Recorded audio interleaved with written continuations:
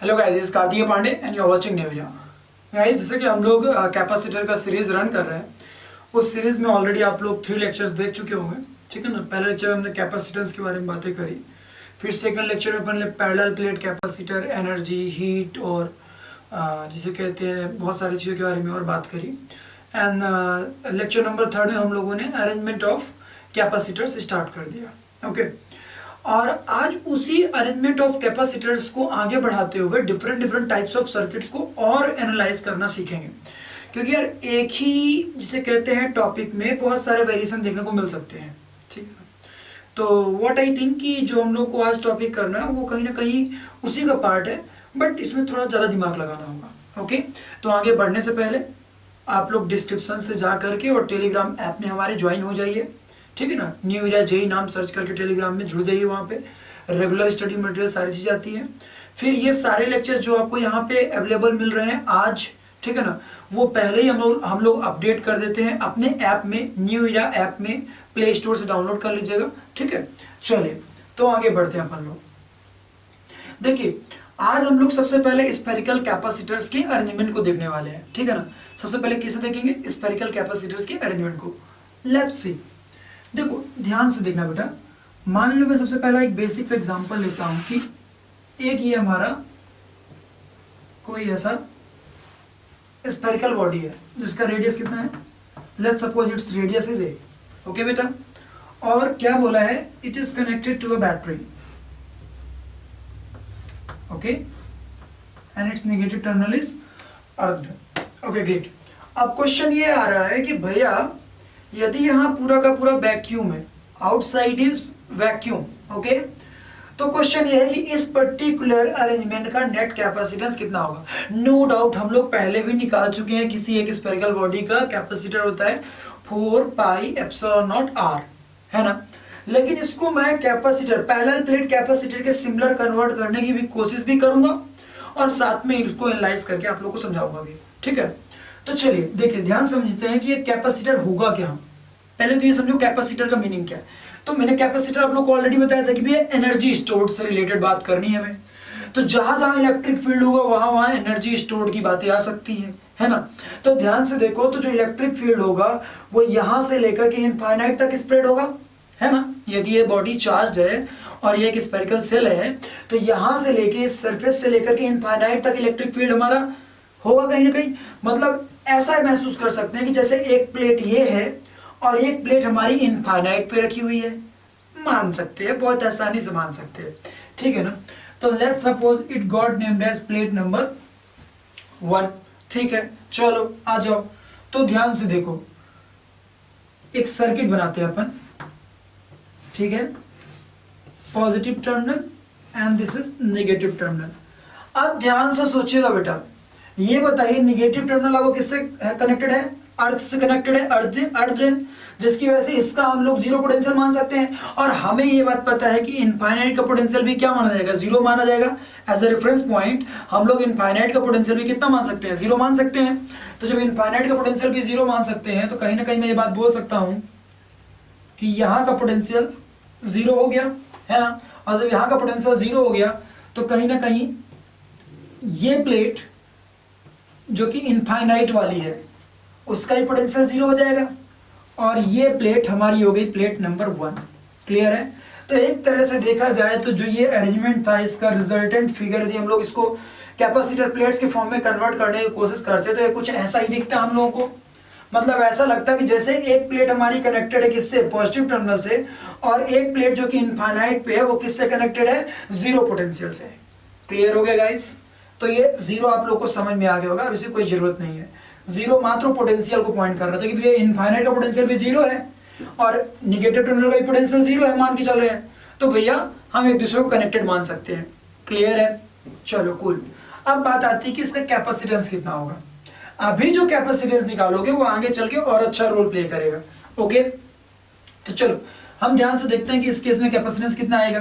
तो कैपेसिटेंस निकालने का तरीका क्या होता है? कैपेसिटेंस इक्वल टू होता है आपका Q अपॉन V, यही होता है। कैपेसिटेंस इक्वल टू कितना होता है? Q upon V।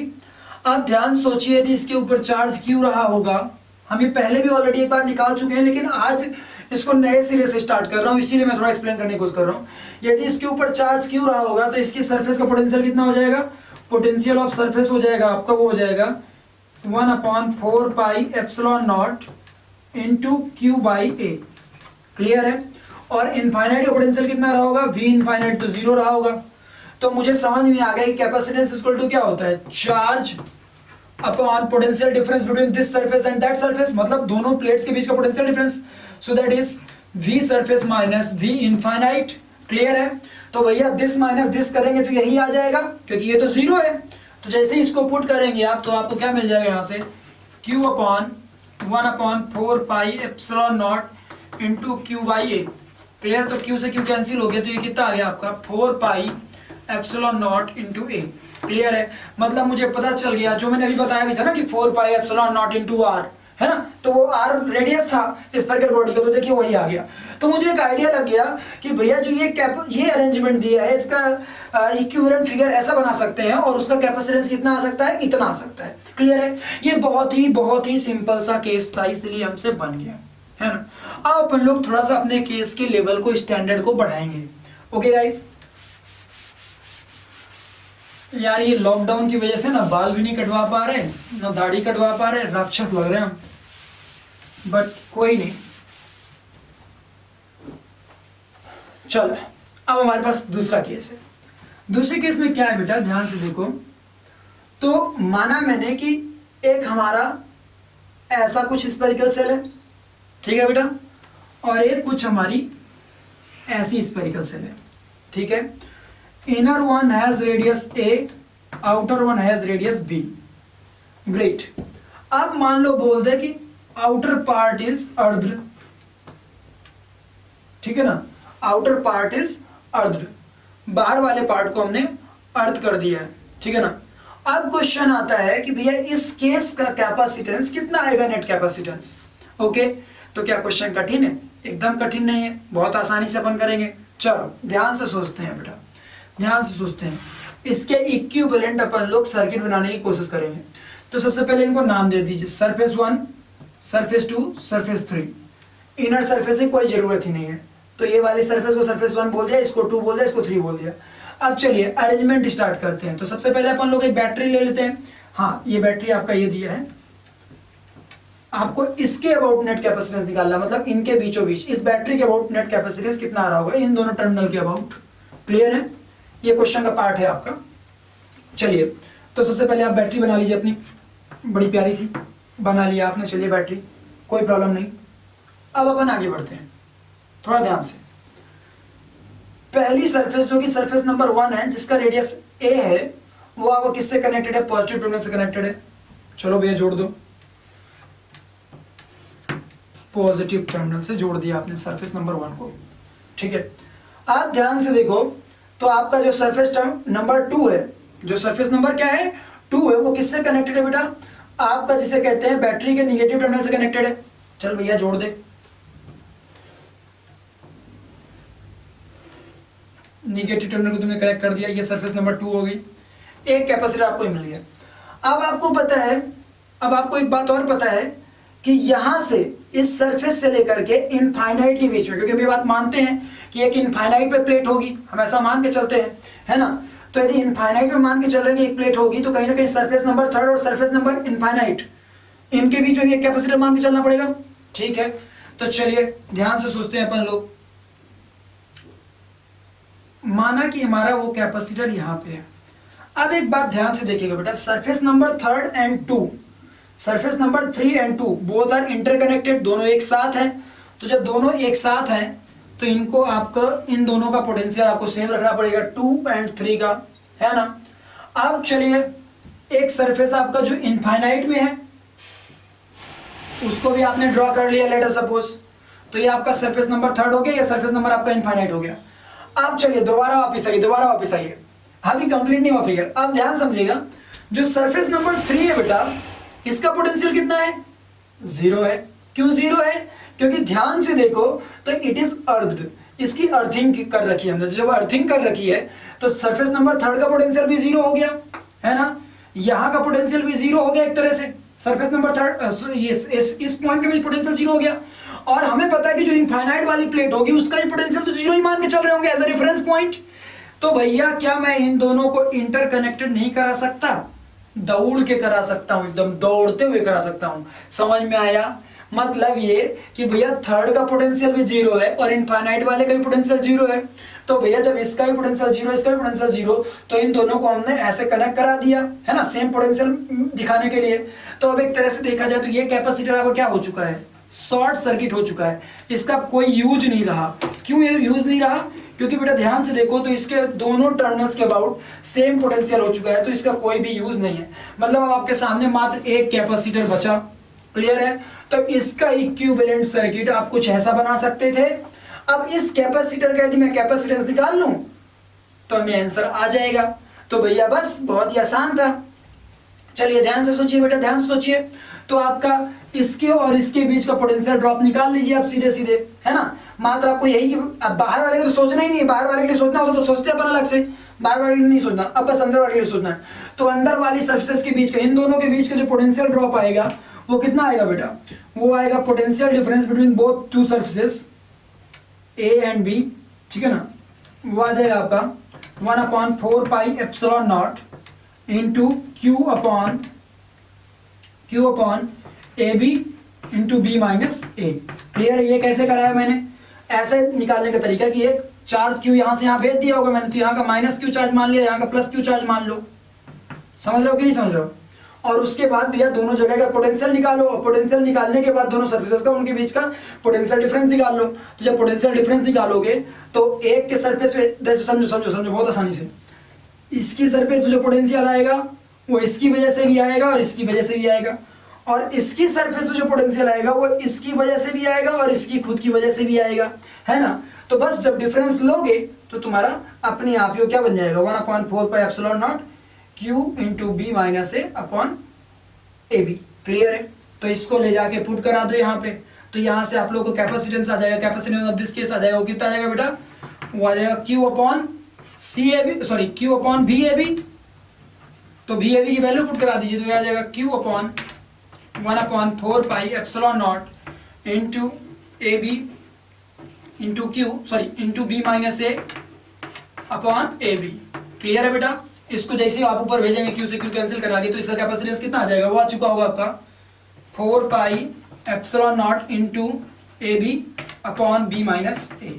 क्लियर है guys? This is the capacitance of this case. बहुत आसानी से हमने निकाल लिया। तो फिर हमने एक नई चीज सीखी कि भैया पहले एक सिंगल कैपेसिटर सर्किट लेके चले, उसके बाद अब हम लोगों ने दो कैपेसिटर, दो प्लेट्स को, दो स्फेरिकल जिसे कहते हैं ना सरफेस को अरेंजमेंट देख लिया, जिसमें कि बाहर वाली सरफेस की अर्थिंग कराई है। अब चलिए हम लोग एक काम कराते हैं, अंदर वाले सरफेस की अर्थिंग कराते हैं और फिर देखते हैं क्या होगा। तो जब अंदर वाले सरफेस की अर्थिंग कराएंगे तो इक्विवेलेंट फिगर में भी कुछ चेंजेस आने चाहिए, है ना। तो देखते हैं। देखो यार, सारे बच्चों को मैं एक बात बता दूं बेटा कि ये बात ध्यान रखिएगा, कई बच्चों को जे एडवांस का एग्जाम होने के बाद रियलाइज होता है कि हमने यार गलत चीज़ों को पढ़ करके अपना टाइम भी किल कर लिया और कुछ अच्छा सीखा भी नहीं। यार मैं आपको एकदम बता देता हूँ कि बेटा ये सब क्वेश्चंस पढ़ने के बाद भी मैं बोलूँगा कि ये सफिशिएंट नहीं है यार, इनसे भी ऊपर लेवल उठ सकता है। अभी तो और बहुत भयानक भयानक केसेस दिखाऊंगा मैं। सो ये अपने माइंड में एकदम क्लियर कर लीजिए। यदि आपके अंदर ये है कि यार मैं कोई एनिमेटेड वीडियो देख लूंगा और उससे मेरा ऐसे प्रोजेक्टाइल मोशन देख लूंगा, रिलेटिव मोशन में नॉर्मल दो केसेस कर लूंगा टाइम ऑफ फ्लाइट के, तो IITian हो जाएंगे, तो ऐसा नहीं है। रियल क्वालिटी कंटेंट के पीछे भागना स्टार्ट करिए बेटा, बहुत ही इंपॉर्टेंट है। हाँ, अब बाद में पता चलता है तो फिर पछताते हैं अपन, ठीक है ना। चलो अब अगला केस क्या है बेटा, माना कि this is outer and this is inner, ठीक है। हाँ एक बात और बता दूं मैं आप लोगों को कि कैपेसिटेंस को इस बात से जज मत करिएगा कि कैपेसिटेंस का कैपेसिटर का मतलब होता है चार्ज स्टोर करने वाला। क्लियर है? तो फिर इस तरह में कुछ लोगों को ये हो जाएगा कि यदि आप ये बोल रहे हो कि कैपेसिटर मतलब चार्ज स्टोर करने वाला, ये अच्छी चीज है, ये ठीक है, लेकिन चार्ज स्टोर हो रहा है तभी वो कैपेसिटर कहलाएगा, ये कहना गलत है। ये बात अपने माइंड में क्लियर कर लीजिएगा। वैसे वर्षा नहीं, मतलब जैसे उसका जिसे कहते हैं ना कि ऐसे जाओगे तो ठीक है, लेकिन वैसे आओगे तो सही नहीं है। जैसे हम पढ़ते हैं ना कि all oscillatory motions are what periodic motions, but all periodic motions are not oscillatory motion, है ना। तो वही चीज है यहाँ पे, उसी तरह का बता रहा हूँ कि यदि आप ये बोल रहे हैं कि कैपेसिटर स्टोर्स द चार्ज, एक बार चल जाएगा, सही बोल गए आप, कोई प्रॉब्लम नहीं है। लेकिन यदि आप चार्ज के बेसिस पे जज करेंगे कि कैपेसिटर है कि नहीं है, तो आप गलत हो जाएंगे, क्योंकि कैपेसिटर का मेन मोटो होता है एनर्जी स्टोर करना। ये अपने माइंड में क्लियर कर लीजिएगा। ये जनरली ना बुक्स में मिलेगा आपको, ना कोई टीचर डिस्कस करता क्लास में, बच्चे पढ़ के निकल जाते। इवन मैं IIT पढ़ के आ गया, मेरे से भी नहीं पता था। इवन मैं सही बता रहा हूँ, 4 साल से पढ़ा रहा था, 5 साल से, तब भी नहीं पता था।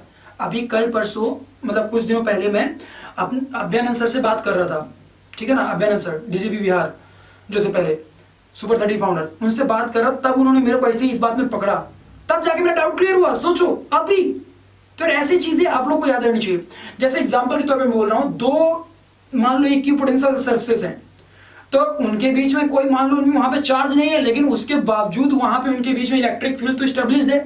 तो यदि इलेक्ट्रिक फील्ड स्टेब्लिश्ड है, इसका मतलब उस वॉल्यूम से कुछ ना कुछ एनर्जी लिंक्ड है, और जब उस वॉल्यूम से कुछ ना कुछ एनर्जी लिंक्ड है, तो हम उसे डिस्चार्ज करा सकते हैं, मतलब कहीं ना कहीं स्टोर्ड एनर्जी का उपयोग ले सकते हैं। सो ये एक तरह से हाइपोथेटिकल कॉन्सेप्ट हुआ, लेकिन कैपेसिटर तो हो सकता है एक तरह का। सो ये मत मानिएगा कि चार्ज नहीं है तो कैपेसिटर नहीं होगा। हाँ, ये बोल सकते हैं कि कैपेसिटर है तो चार्ज स्टोर होगा, ठीक है ना, लेकिन वहां पर चार्ज नहीं है तो आप बोल दीजिए कैपेसिटर नहीं होगा। ये थोड़ा सा कहीं ना कहीं अपने आप में गलत हो जाता है। चलिए याद है, वापस यहाँ पे आइए। अंदर वाले की अब अर्थिंग करा दी है, क्लियर है बेटा, अंदर वाले की आपकी अर्थिंग करा दिया है।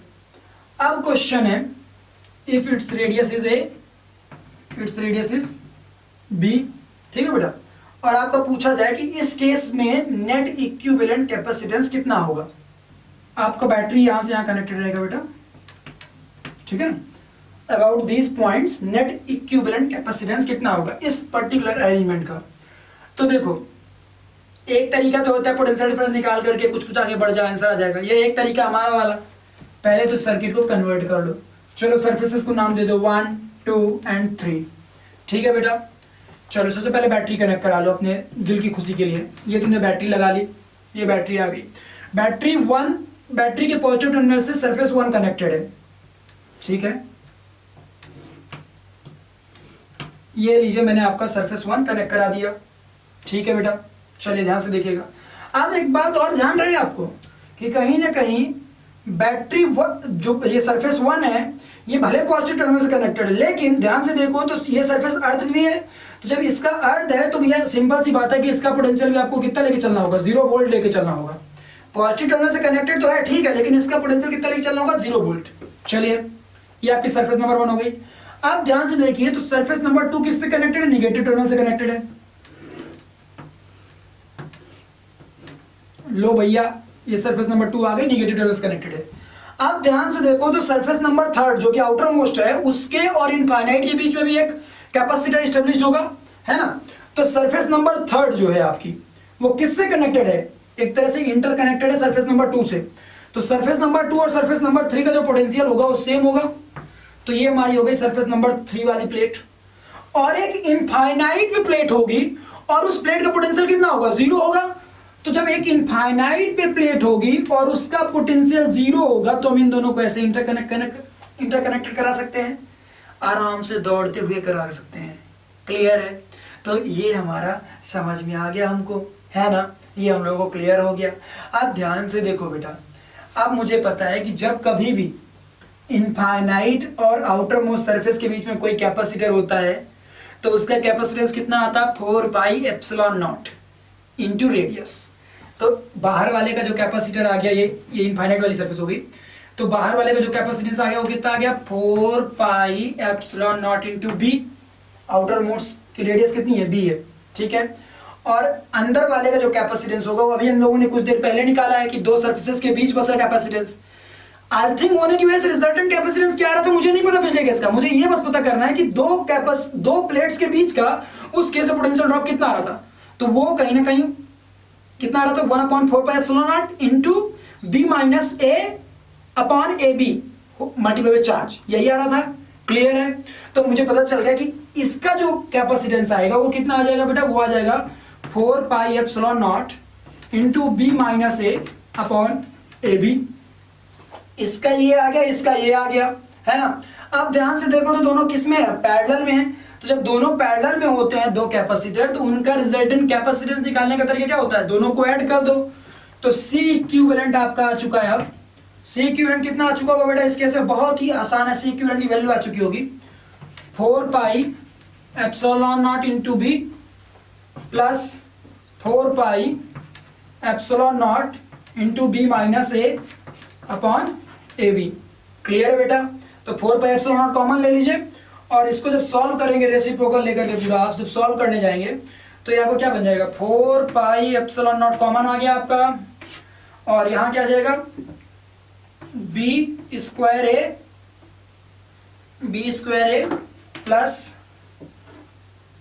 जिसे कहते हैं आपका b minus A upon A B.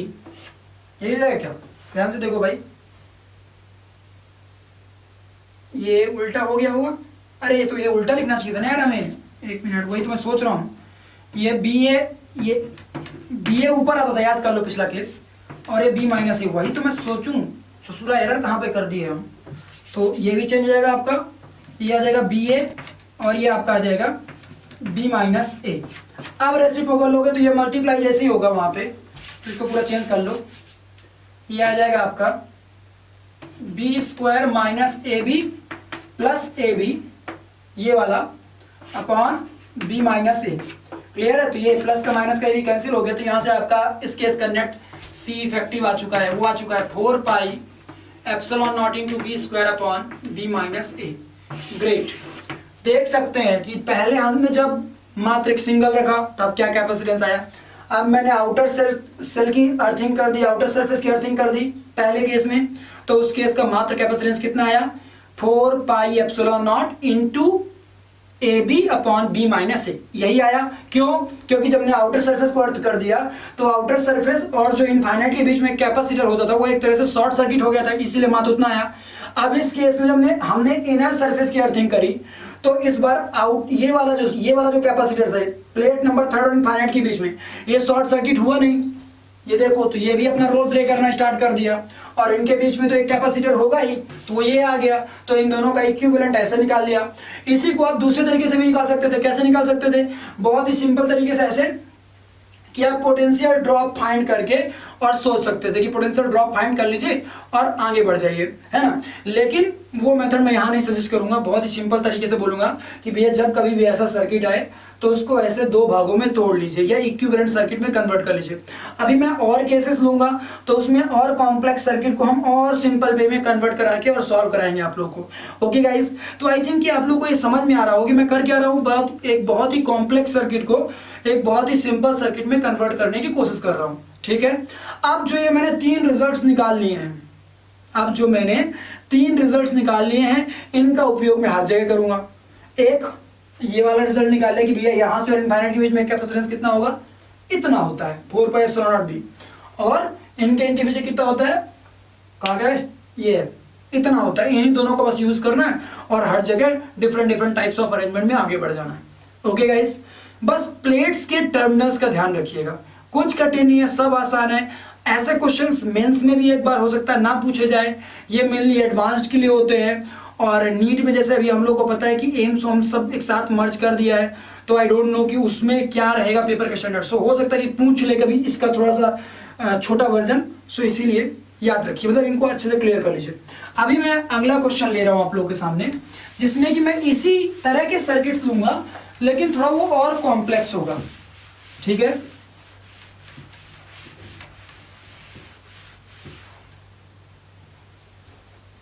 चलिए हमारे पास एक बेटा सर्किट है, मतलब अरेंजमेंट बोलूं। अब हमारे पास 3 सेल दे दिया, अब जो पोटेंशियल डिफरेंस से निकालने जा रहा होगा वो यहां फंस जाएगा, कहीं ना कहीं बहुत ही कॉम्प्लिकेटेड हो जाएगा वो सारे केसेस अब उसी तरीके से सॉल्व करना। लेकिन हम तो चुटकियों में सॉल्व करने वाले आदमी बन चुके हैं ना यार, अब बहुत ही सिंपल तरीके से है। चलो देखते हैं, मान लो ये आपका ए हो गया, ये आपका बी हो गया, ये आपका सी हो गया। इनर सरफेस को अर्थिंग करा दी इसने, और इन दोनों के बीच में बैटरी लगा रखी है, और पूछ रखा है कि भैया इन दोनों के अबाउट नेट इक्विवेलेंट कैपेसिटेंस कितना होगा। इस बात का भी ध्यान रहे आप लोग को ऑलवेज कि भैया किन टर्मिनल्स के अबाउट इक्विवेलेंट कैपेसिटेंस पूछा है, ठीक है ना। ऐसे नहीं कि हर किसी भी टर्मिनल के अबाउट कैपेसिटेंस पूछे तो इक्विवेलेंट कैपेसिटेंस पूछे तो आप रट के बैठे रहिए और वहीं पे चेप दीजिए, नहीं।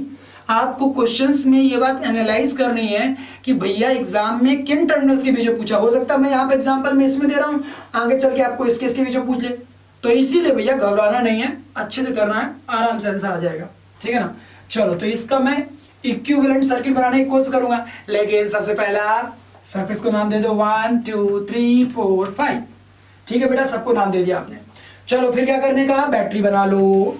बैटरी अच्छी लगती है तुम लोग को, बैटरी सुंदर लगती होगी आई थिंक, ठीक है। चलो अब ध्यान से देखो, तो बैटरी के पॉजिटिव टर्मिनल से प्लेट नंबर 3 कनेक्टेड है, भैया उसको चेप लो, प्लेट नंबर 3 चेप लिया तुमने, ठीक है। आप ध्यान से देखो, आगे बढ़ो, प्लेट नंबर 3 तो लिख लिया आपने, और बैटरी का जो निगेटिव टर्मिनल है वो प्लेट नंबर 4 से कनेक्टेड है, तो प्लेट नंबर 4 को भी ला लो यहाँ पे भैया, ठीक है ना। ये प्लेट नंबर आपका 4 हो गया। चलो ग्रेट, इसको ऊपर लिखो तो थोड़ा सा अच्छा लगे, 4 हो गया। चलो इनके बीच का तो एक कैपेसिटर चला गया। अब अगला बढ़ते हैं अपन, सरफेस नंबर 2 और सरफेस नंबर 1, इनके बीच में कहीं ना कहीं कैपेसिटेंस होगा एक, और हम देख सकते हैं कि सरफेस 1 का भी पोटेंशियल कितना है, 0 वोल्ट है, और इनफाइनाइट का भी पोटेंशियल कितना होगा, 0 वोल्ट होगा। तो मैं यहाँ पे अपने मन से एक पॉइंट लिख लेता हूँ बेटा, सरफेस नंबर 1 और कॉमा इनफाइनाइट, इन दोनों का पोटेंशियल कितना होगा, 0 वोल्ट होगा, ठीक है ना, 0 वोल्ट। तो इसको मैंने एक साथ ही लिख लिया क्योंकि दोनों का सेम पोटेंशियल होना पड़ता, इसलिए 0 वोल्ट। अब चलो ध्यान से देखो बेटा, ध्यान से देखो, अब अच्छे से देखना, सरफेस नंबर 2 जो है आपकी वो सरफेस नंबर 3 से इंटरकनेक्टेड है, दोनों देखो ना, एक ही स्फेरिकल सेल की तो दोनों सरफेसेस हैं, तो 2 और 3 का पोटेंशियल सेम रख दो। चलो ये आपकी सरफेस नंबर 2 आ गई, ये सरफेस नंबर 2 हो गई। सरफेस नंबर 2 और जिसे कहते हैं सरफेस नंबर 1, इनके बीच में एक कैपेसिटर होगा, ये वाला कैपेसिटर, भैया ले आओ, surface number 1 and surface number 2 के बीच का एक कैपेसिटर हो गया। चलो ग्रेट, अब आ जाओ, दोबारा वापस आओ, दोबारा वापस आओ। अब ध्यान से देखो, तो ये वाला भी हो चुका है आपका कैपेसिटेंस, ये वाला एरिया भी हो चुका है, और ये वाला भी एरिया हो चुका है, ठीक है ना। अब कौन सा बचा है, मात्र बचा है कहां से कहां, सरफेस नंबर 5 से इनफाइनाइट के बीच में एक कैपेसिटर बचा है। तो चलो सरफेस नंबर 5, सरफेस नंबर 5 कहीं ना कहीं किससे कनेक्टेड है, इंटर कनेक्टेड है सरफेस नंबर 4 से। जब सरफेस नंबर 4 से इंटर कनेक्टेड है तो उसका पोटेंशियल हम सेम मान सकते हैं एज सरफेस नंबर 4, ठीक है ना। चलो तो एक कैपेसिटर का ये प्लेट हो गया सरफेस नंबर 5। अब एक प्लेट कहां कनेक्टेड होगा, इनफाइनाइट पे कनेक्टेड होगा, तो भैया ये है ना, ये एक इनफाइनाइट वाली प्लेट हो गई। चलो सला बहुत आसान हो गया। अब तो देखो ध्यान से, तो ये दोनों किस में है, आप सीरीज में हो गए, और जो इनका इक्विवेलेंट आएगा वो इसके पैरेलल में हो जाएगा, बहुत आसान है। अब इनका बस यही है कि कैपेसिटेंस इंडिविजुअल लिखना पड़ेगा। तो जब इनफाइनाइट और आउटर मोस्ट सरफेस के कैपेसिटर की बात करते हैं तो कितना आता है बेटा, सीधे सीधे लिखेंगे 4 पाई एप्सिलॉन नॉट इनटू सी, ठीक है ना। इन दोनों के बीच, तो इन दोनों के बीच जो पोटेंशियल ड्रॉप आएगा 3 और 4 के बीच का, तो वो आ जाएगा 4 पाई एप्सिलॉन नॉट, इनके बीच जो कैपेसिटेंस आएगा 4 पाई एप्सिलॉन नॉट इनटू इसका रेडियस b और इसका रेडियस c, तो b इंटू सी अपॉन सी माइनस बी, ठीक है। 1 और 2 किसके बीच में, इसके बीच में है, तो 1 और 2 के बीच जो कैपेसिटेंस है वो कितना जाएगा, 4 पाई एप्सिलॉन नॉट इनटू इनका रेडियस b और a, तो b into a upon b minus a। अब जिंदगी में बचा क्या है भैया, जिसे कहते फोड़ दो आंसर, आ तो क्या है यार, इन दोनों को सीरीज में जोड़ लो, जो इक्विवेलेंट है उसको इसके पैरेलल में जोड़ दो, तो net capacitance about the battery आ जाएगा। बोलो हुई ना काम की चीज। अब ध्यान से देखो, इतना कॉम्प्लिकेटेड सर्किट था अपने लाइफ में, बट अपन लोगों ने इसको ऐसे बजा दिया। तो एक तरह से ये है ब्यूटी ऑफ कॉन्सेप्ट्स, ओके, मतलब सुंदरता जिसे कहते हैं कॉन्सेप्ट्स की। समझ के मजा आया होगा, लगा होगा कि तुमने कुछ सीखा है। एंड ट्रस्ट मी यार, ऐसी चीजें ही अपन को जे एडवांस और अच्छे एग्जाम्स में कहीं ना कहीं हमारा जिसे कहते हैं बहुत ही अच्छा रैंक लेकर के आती हैं, ठीक है ना। क्योंकि होता क्या ना, अभी मैं सर से अपने बात कर रहा था, मैं 2 मिनट लूंगा आप लोगों का, तो मेरे को सर क्या बोले, कार्तिक सब तो वही पढ़ा रहे हैं, तुम क्या डिफरेंट कर रहे हो, तुम्हारा बच्चा कैसे ऑल इंडिया रैंक निकालेगा। मैंने कहा सर मैं ज़्यादा अच्छा पढ़ाता हूँ। अरे ऑब्वियस मैं अच्छा पढ़ाता हूँ, मुझे पता है। तो मैंने ऐसे बोल दिया मजाक में कि सर मैं ज़्यादा अच्छा पढ़ाता हूँ। तो सर ने क्या बोला, नहीं कार्तिक तुम अच्छा पढ़ाते हो, ये अच्छी चीज़ है, कोई प्रॉब्लम नहीं है, लेकिन जिन बच्चों की रैंक आती है ना, वो कहीं ना कहीं एक बात पर ध्यान रखते हैं, जैसे कॉम्प्रहेंशन टाइप की प्रॉब्लम्स आती हैं, कॉम्प्रहेंशन टाइप की प्रॉब्लम्स में क्या होता है कि उसमें कोर्स की ही चीज़ें रहती हैं, लेकिन उसको थोड़ा सा जिसे कहते हैं उनकी लैंग्वेज को इतना मॉडिफाई कर देता है, चेंज कर देता है कि लगता है कि जैसे कोई पैसेज आया है और बाहर के कोर्स से आया है, ठीक है ना। और एक तरह से वो बाउंड्री होता है, सिलेबस का बाउंड्री में होता है। जैसे कि हमें पता है कि हमारा सिलेबस यहाँ से यहाँ तक फैला है, तो वो सिलेबस की बाउंड्री वाले केसेस होते हैं, मतलब उसके बाद जाएंगे तो बीटेक की बातें आ जाएंगी, ठीक है, उसके पहले रहते तो नॉर्मल चीज़ें रहती हैं, तो जस्ट बाउंड्री की चीज़ें होती हैं वो। और जो रैंकर बच्चे होते हैं ना, वो उन्हीं पे ज़्यादा फोकस कर देते हैं।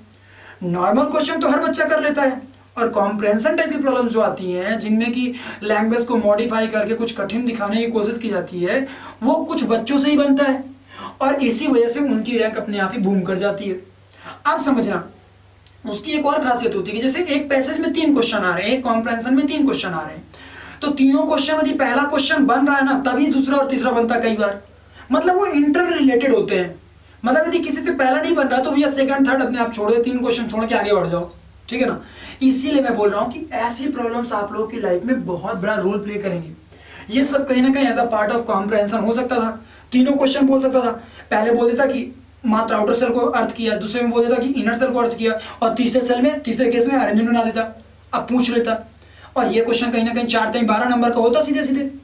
तो इसीलिए व्हाट आई थिंक कि भैया आपको ऐसी प्रॉब्लम जरूर करनी चाहिए। ओके ग्रेट, चलो अब अपन थोड़ा आगे बढ़ते हैं और आप डिफरेंट टाइप्स ऑफ एनालिसिस की तरफ बढ़ते हैं।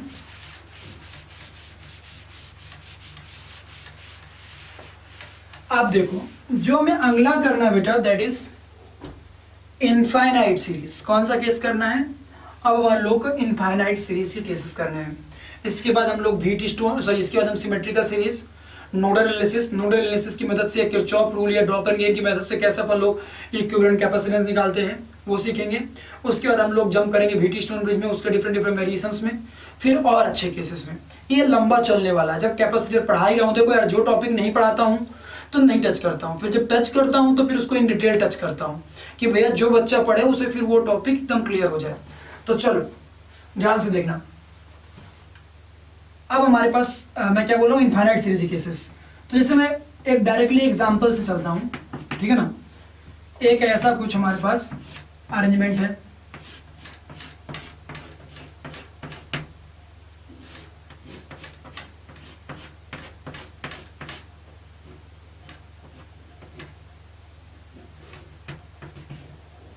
ऐसे बढ़ता जाएगा। हर कैपेसिटर का कैपेसिटेंस कितना है बेटा? C है। पहले 1, फिर 2, फिर 4, दिन ऐसे ही आगे आपका बढ़ता जाएगा, ठीक है ना।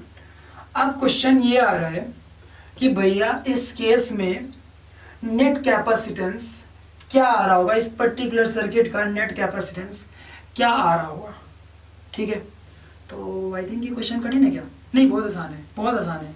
बट मैं चाहूँगा कि वीडियो को यहीं पे पॉज करो, एक बार पहले खुद से सॉल्व करो, देखो कि बना पा रहे हो कि नहीं। यदि बना पा रहे हो तो बहुत अच्छी बात है, नहीं बना पा रहे हो तो कोई प्रॉब्लम नहीं है, आ जाओ दिखाते हैं। देखो ध्यान से देखना बेटा, क्या मैं इसके इक्विवेलेंट कैपेसिटर सर्किट ऐसा नहीं बना सकता था?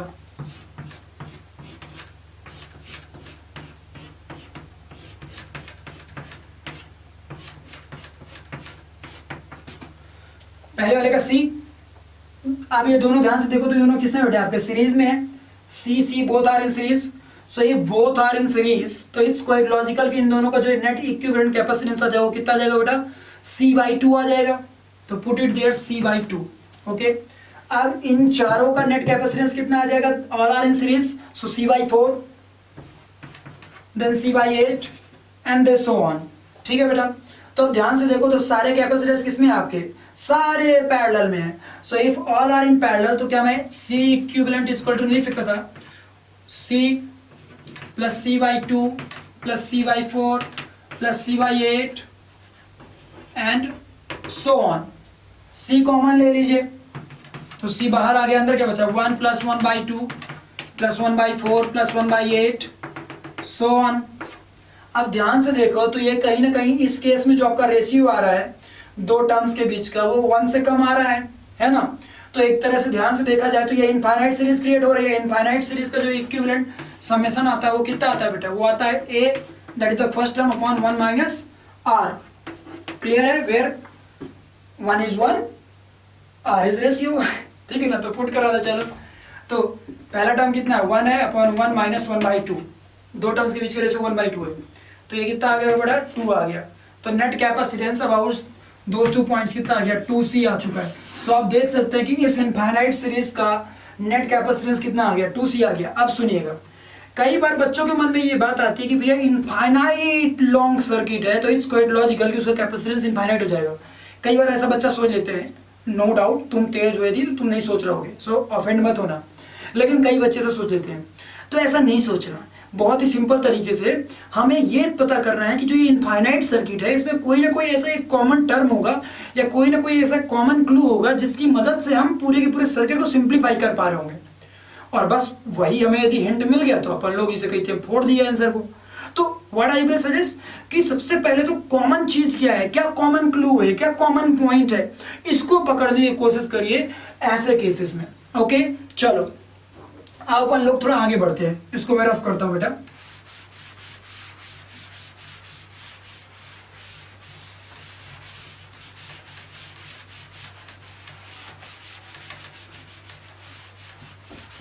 चलो ध्यान से देखना बहुत ही क्लियर वे में।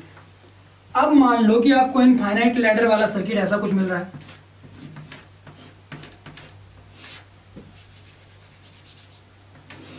इसको ऐसे ही रहने दीजिए, चलिए ऐसे रहने दीजिए।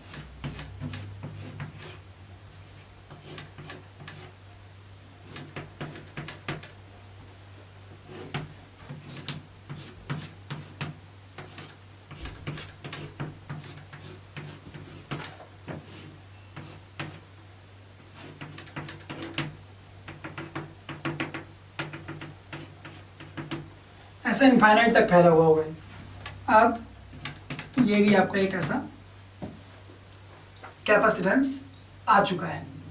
ओके अब इस केस में आपको बोल रहा है कि भैया इस नेट पर्टिकुलर यदि मुझे पता करना है capacitance between point a and b, all are of capacitance सी।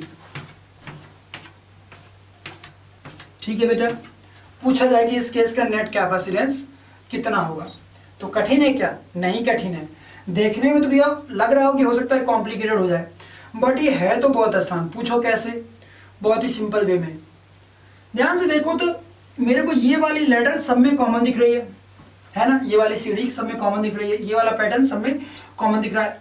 तो मैं यदि ऐसा करूं, यदि मैं इतने को ढक लूं, यदि मैं मानूं कि इसका पूरे का जो नेट कैपेसिटेंस है, net capacitance let us suppose that is c dash. कितना है बेटा? पूरे लेडर सर्किट्स का जो कैपेसिटेंस है दैट इज सी डैश। अब ध्यान से बताओ, यदि मैं इन तीनों को ढक लूं, इन तीनों को मैंने ऐसे ढक लिया, देखो मैं तुम्हारे सामने खड़ा हो गया, मात्र तुम इतने वाले को देखो जो इतना बचा कुछ है, क्या ये पहले के जितना ही सिमिलर दिख रहा है? हाँ, पहले के ही सिमिलर दिख रहा है। मतलब यदि मैं समुद्र में से 2 बूंद निकाल भी लूं तो समुद्र का पानी चेंज नहीं होता। ठीक उसी तरह यदि इस इनफाइनाइट सर्किट में से मैंने 3 गो कैपेसिटर हटा भी दिए तो ये तो वही अभी भी कैपेसिटर इनफाइनाइट तक फैला हुआ है। तो इसका भी जो इक्विवेलेंट कैपेसिटेंस होना चाहिए वो कितना होना चाहिए? सी डैश ही होना चाहिए। ये मैंने कैसे डिसाइड किया समझ में है ना, कि भैया पहले मैंने पूरे का मान लिया कि पूरे का सबको मिला के कैपेसिटेंस सी डैश है। अब यदि मैं इन 3 को हटा भी देता, इन तीनों को मैं ढक भी लूं, तो ये कहीं ना कहीं अभी भी तो इनफाइनाइट सर्किट ही है, अभी भी पहले जैसा दिख रहा है। तो इस केस में जो इसका कैपेसिटेंस आएगा वो भी कहीं ना कहीं सी डैश के बराबर ही आएगा। तो जब इसका कैपेसिटेंस सी डैश के बराबर ही आएगा तो भैया मैं इसकी जगह पे यदि एक इक्विवेलेंट कैपेसिटर सर्किट बना लूं, ऐसा तो कुछ प्रॉब्लम है क्या?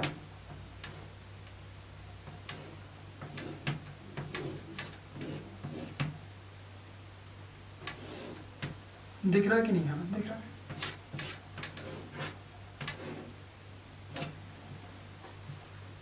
ये आपका टर्मिनल ए और ये टर्मिनल बी हो गया आपका।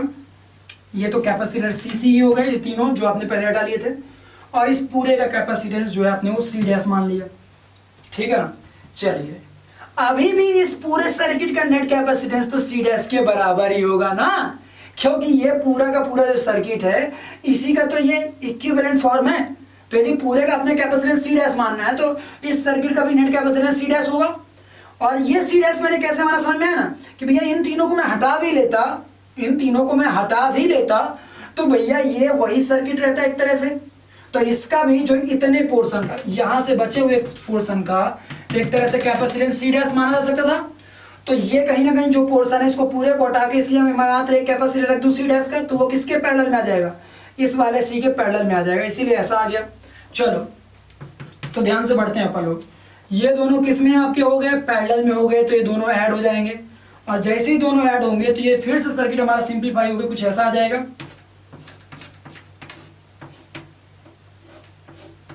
नया कैपेसिटर जिसका कैपेसिटेंस हो चुका है सी प्लस सी डैश, ये सी ये सी।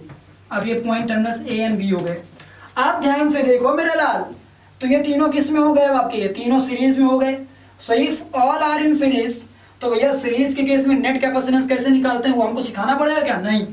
1/C equivalent is equal to, तो 1/C इक्विवेलेंट की वैल्यू कितनी है, हमें पता है कि भैया C इक्विवेलेंट तुमने पहले ही मान रखा है C डैश, तो 1/C dash is equal to 1/C plus 1/C plus C dash, ये वाला प्लस 1/C। क्लियर है बेटा, ये हमारा कहीं ना कहीं इक्वेशन बन गया। अब ध्यान से देखो, तो मैं ऐसा कर सकता हूं बेटा कि इनका जिसे कहते हैं एलसीएम लेकर के और रेसिप्रोकल कर दूं, तो मुझे कहीं ना कहीं एक क्वाड्रेटिक इक्वेशन मिल जाएगी सी डैश के रिस्पेक्ट में, ठीक है। और जब सी डैश के रिस्पेक्ट में हमें क्वाड्रेटिक इक्वेशन मिल जाएगी, तो with the help of that quadratic equation हम श्रीधराचार्य फॉर्मूला का यूज करते हुए और रूट्स निकाल लेंगे। और वो रूट किसके रिस्पेक्ट में आ रहा होगा, सी के रिस्पेक्ट में आ रहा होगा, और वो किसका एक तरह से आंसर होगा, सी डैश की वैल्यू होगी। सो C dash is the equivalent capacitor. नहीं बना क्या, बन गया ना। बहुत ही सिंपल तरीके से बस मैंने इनफाइनाइट सर्किट में से कुछ सर्किट्स अपनी पॉकेट में डाल लिए। तो जब अपनी पॉकेट में कुछ सर्किट्स कैपेसिटर्स रख लिए, तो भैया कुछ पार्ट रखने से भी इसमें कोई चेंजेस नहीं आए। जैसे आप लोगों ने मैथ्स में वो वाला रूल पढ़ा होगा कि 2 plus root 2 plus root 2 plus root 2 so on.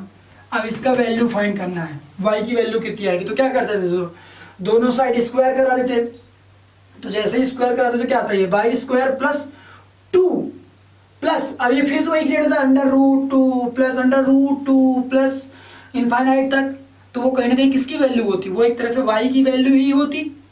और जब वो एक तरह से y की ही वैल्यू होती, तो आप उसको पुट करते ही आपको क्या मिल जाता है, y square is equal to 2 plus under root की जगह में y आता, तो इक्वेशन में जाती y square is equal to 2 plus y, और y सॉल्व करके आया था क्वाड्रेटिक इक्वेशन से। तो ठीक उसी तरीके से मैंने यहाँ पे किया। क्लियर है। अब एक मैं एग्जांपल और इसी पे दे देता हूँ, तो इससे क्या होगा ना कि आपका जो कॉन्सेप्ट है वो और अच्छा बिल्डअप हो जाएगा। ठीक है, चलो देखते हैं।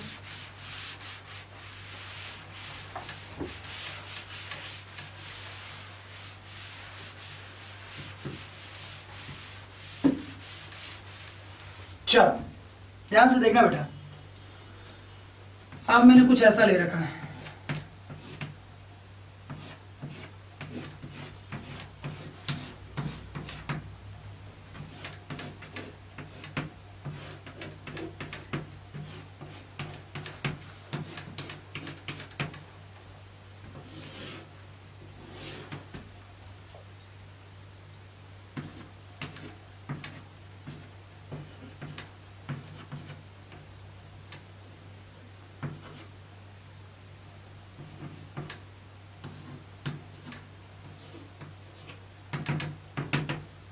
अब मान लीजिए ए और बी के अबाउट आपसे इस बार पूछ रहा नेट कैपेसिटेंस कितना होगा। तो पिछली बार क्या हो रहा था कि सारे जो कैपेसिटेंस का अरेंजमेंट था वो यूनिफॉर्म था। तो पिछली बार आप दो को छुपा भी ले रहे थे तो आपको सिमिलर पैटर्न दिख रहा था। लेकिन इस बार थोड़ा सा प्रॉब्लम है। इस बार प्रॉब्लम क्या है, समझिए, पकड़िए बात को ध्यान से। प्रॉब्लम ये है कि यदि आप इन दोनों को छुपा भी लेंगे तब भी आपको ये सिमिलर पैटर्न नहीं दिख रहा होगा, है ना, नहीं दिख रहा होगा। तो क्या करें, फिर छोड़ दे क्वेश्चन। तो मैं चाहूंगा कि आप इस वीडियो को यहीं पॉज करिए एक बार, ठीक है, और इस प्रॉब्लम को खुद सॉल्व करिए और फिर आइए मेरे साथ चेक करिए कि आप सही पैटर्न था कि नहीं। मैं तो क्या करूंगा, बहुत ही सिंपल तरीके से, मैं ऐसा मानता हूं कि ठीक है इन दोनों को ढकने के बाद सेम सर्किट नहीं दिख रहा होगा, लेकिन इन दोनों को ढकने के बाद और दो यदि कॉमन ले लो, टू पूरे सर्किट में से बाहर निकाल लो, टू, ठीक है ना, तो अपने आप ये सी बन जाएंगे, ये टू सी बन जाएंगे, ये आपके, अरे एक मिनट यहां गलत लिख दिया ना, ये आपका 8C होगा, तभी तो पैटर्न बनेगा 8C, ठीक है ना। चलो तो टू कॉमन लेते ही ये क्या बन जाएगा, सी, ये 2C बन जाएगा, ये 4C बन जाएगा, अगला वाला ऐसे ही 8C बन जाएगा, 16 में से दो भाग होते ही। तो एक तरह से देखा जाए तो इसको ढकने के बाद और दो कॉमन लेते ही मेरे को ये वही सर्किट दिखने लगेगा जो कि पहले था। तो यदि इसमें पूरे का कैपेसिटेंस कितना मान लूं, इनफाइनाइट तक मान के मैंने मान लिया C डैश, ठीक है बेटा। अब इन दोनों को मैं हटा दूं और इससे दो कॉमन ले लूं, तो जो बचा कुछ रहेगा उसका भी कैपेसिटेंस C डैश ही रहेगा, क्योंकि वो तो इनफाइनाइट तक फैला हुआ है ना। तो चलो इसका इक्विवेलेंट में फिगर बनाने की कोशिश करता हूं। ये आपका हो गया C, ये भी आपका हो गया C, इनमें तो कोई चेंजेस नहीं, इनको तो आपने ढक लिया था, उनको उसी तरह कर दीजिए। ये आपका आ गया पॉइंट B। अब इस वाले से आपने पूरे में से टू कॉमन ले लिया है और बचे कुछ कितना कैपेसिटेंस हो जाएगा वो तो हमें पता है कि C डैश हो जाएगा, हमने पहले ही मान रखा है। तो एक तरह से ये क्या आ रहा होगा, two times of C dash. अरे भैया बचे वाले का जो बचा पूरा सर्किट हो रहा था उसका C डैश आप मान रहे थे, जो पूरा बचा सर्किट हो रहा था तो आपने C डैश मान रखा था, है ना। मतलब ये पूरे सर्किट का शुरुआत में कितना माना, C डैश माना, और आपने इन दोनों को ब्लॉक कर लिया तो आपको सर्किट सेम नहीं दिख रहा था, तो आपने क्या किया, इसमें से दो कॉमन निकाल लिया, सबका दो कॉमन निकाल लिया सबसे। तो जब सबसे दो कॉमन निकाल लिया तो ये क्या बन गया, C बन गया, ये 2C, ये 4C, अगला वाला 8C बन गया। तो कहीं ना कहीं ये भैया सर्किट फिर से सिमिलर बन गया ना पहले जैसा, जो आपने इनिशियली माना था। तो इनिशियली वाले का यदि नेट कैपेसिटेंस C डैश माना था, तो फिर जो बचा टू निकालने के बाद जो सर्किट बन रहा है वो उसका भी तो C डैश ही मानना पड़ेगा। तो इसीलिए मैंने क्या मान लिया, C, और टू निकालने के बाद जो बचा उसका C डैश, तो इसीलिए इसको मैंने लिखा 2 × C डैश, क्योंकि टू फेंक तो दोगे नहीं, टू लिखना पड़ेगा ही, बच्चे वाले का C डैश। आप ध्यान से देखो तो ये दोनों किस में हैं, ये दोनों पैरेलल में हैं, तो पैरेलल में होने की वजह से C + 2C डैश दोनों जुड़ जाएंगे, और ये आपको किस में हो जाएगा फिर, ये रिजल्टेंट इक्विवेलेंट इसका भी, इसको भी और सिंप्लीफाई कर लीजिए भैया, खुश रहना सीखिए लाइफ में। और सिंप्लीफाई करेंगे तो this will look like this, A and this is B, this is C, this is C + 2C dash. अब ये दोनों सीरीज में हो चुके हैं, तो अब यहां से फॉर्मूला जाएगा, इस पूरे का तो अभी भी कितना होगा, C डैश ही होगा। तो 1/C dash that is the resultant is equal to 1/C + 1/C + 2C dash. Clear है। फिर से इक्वेशन को जो आपका जिसे कहते हैं एलसीएम लीजिए, सिंप्लीफाई करिए, एलसीएम लेके सिंप्लीफाई करने के बाद आपका ये पूरा क्या बनेगा, क्वाड्रेटिक इक्वेशन बनेगा। क्वाड्रेटिक इक्वेशन को सॉल्व करिएगा, वहां से आपके रूट्स आ जाएंगे, उन रूट्स को सॉल्व करिएगा, मतलब सॉल्व करिएगा तो रूट्स आ जाएंगे, उन रूट्स में भी दो रूट आएंगे, इस बात का ध्यान रखिएगा। एक आपको हो सकता है कि एक्सेप्टेबल एज अ आंसर ना हो, ठीक है ना, मतलब वो इमेजनरी आ रहा हो, तो फिर उस केस में उसे आपको निग्लेक्ट करना पड़ेगा और मात्र उसी को आंसर मानना पड़ेगा जो कि रियल आ रहा होगा, रियल वैल्यू आ रही होगी।